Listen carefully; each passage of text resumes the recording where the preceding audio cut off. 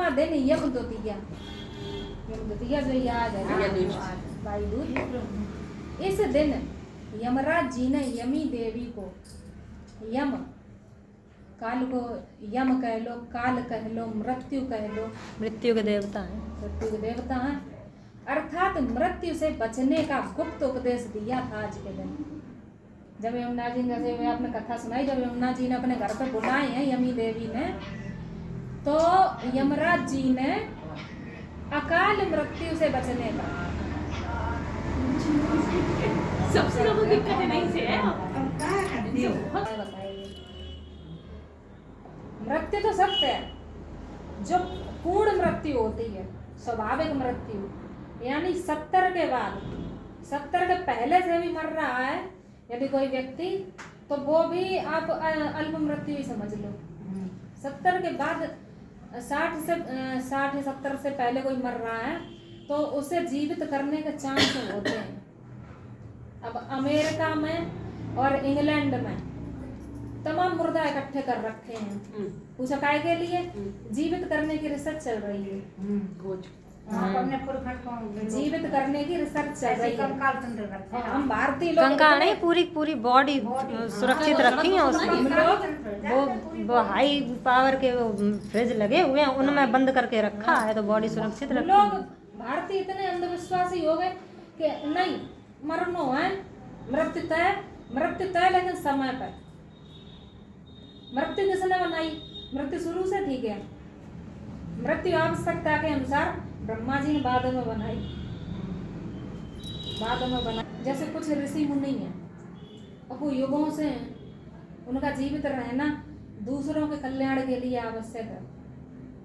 सप्त ऋषियों का, तमाम ऋषि मुनियों का जीवन इसी परोपकार में निकल गया, उनका जीवित रहना आवश्यक है। अब मृत्यु तो बना दी ब्रह्मा जी ने, अब सब मरने लगेंगे, लेकिन मरना भी आवश्यक है, क्योंकि जब पूरा स्थान खाली नहीं होगा तो मैं कहाँ समाएंगी, भर्ती कैसे हुई है? हाँ, इसलिए मृत्यु बनाई गई, लेकिन सबका मरना भी जरूरी नहीं था। तमाम लोग ऐसे हैं कि उनका जीवित रहना आवश्यक था, तो वो चीजें गुप्त करती हैं कि जो ये गुप्त ज्ञान जान लेगा, जो यम द्वितीया के दिन जो यमदेव यमी देवी को अकाल मृत्यु से बचने का जो तरीका बता रहे हैं, इसी दिन को उस पर्व के रूप में मनाते हैं।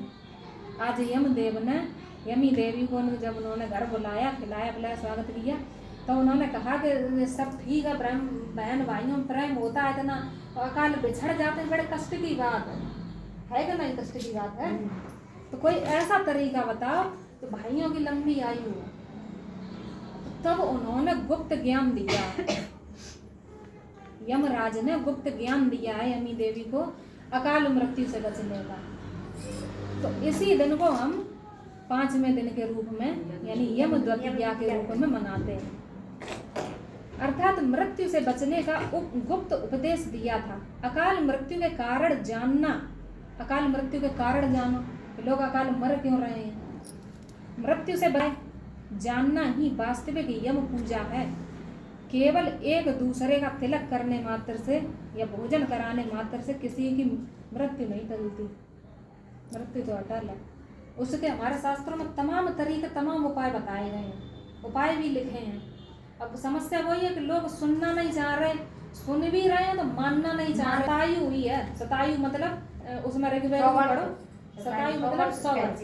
ऋग्वेद में आप पढ़ो, ऋग्वेद में देखो आप, उसमें शतायु ही है। जे नहीं तो सतयुग में हजारों वर्ष उम्र नहीं होती थी, वो अपने इस गुप्त विज्ञान के द्वारा, आयुर्वेद के द्वारा, योग के द्वारा अपनी आयु बढ़ा लेते थे, जिसे इच्छा मृत्यु कहते हैं। पहले के लोगों के पास ज्ञान के द्वारा इच्छा मृत्यु होती थी, उन्हें चीजों के ज्ञान थे, वो अपनी तरीके से आयु बढ़ा लेते थे। आयु शुरू से 100 वर्ष की ही है, कलयुग में भी है। कलयुग में आदमी इतना वो हो गया है, कोई सदुपयोग ही नहीं, शरीर का आयु स्वयं घटा भोगी, कलयुग में भोगी ज्यादा हो गया। पहले के लोग योगी थे तो योग से अपनी आयु बढ़ा लेते थे, अब भोगी ज्यादा है। तो जीव अच्छी है, जो मंचा सुखा मंचा सुखा, उसमें वो दिया गया है। रात में 3 लोग जगते हैं, रात में 3 लोग, और 3 लोग जो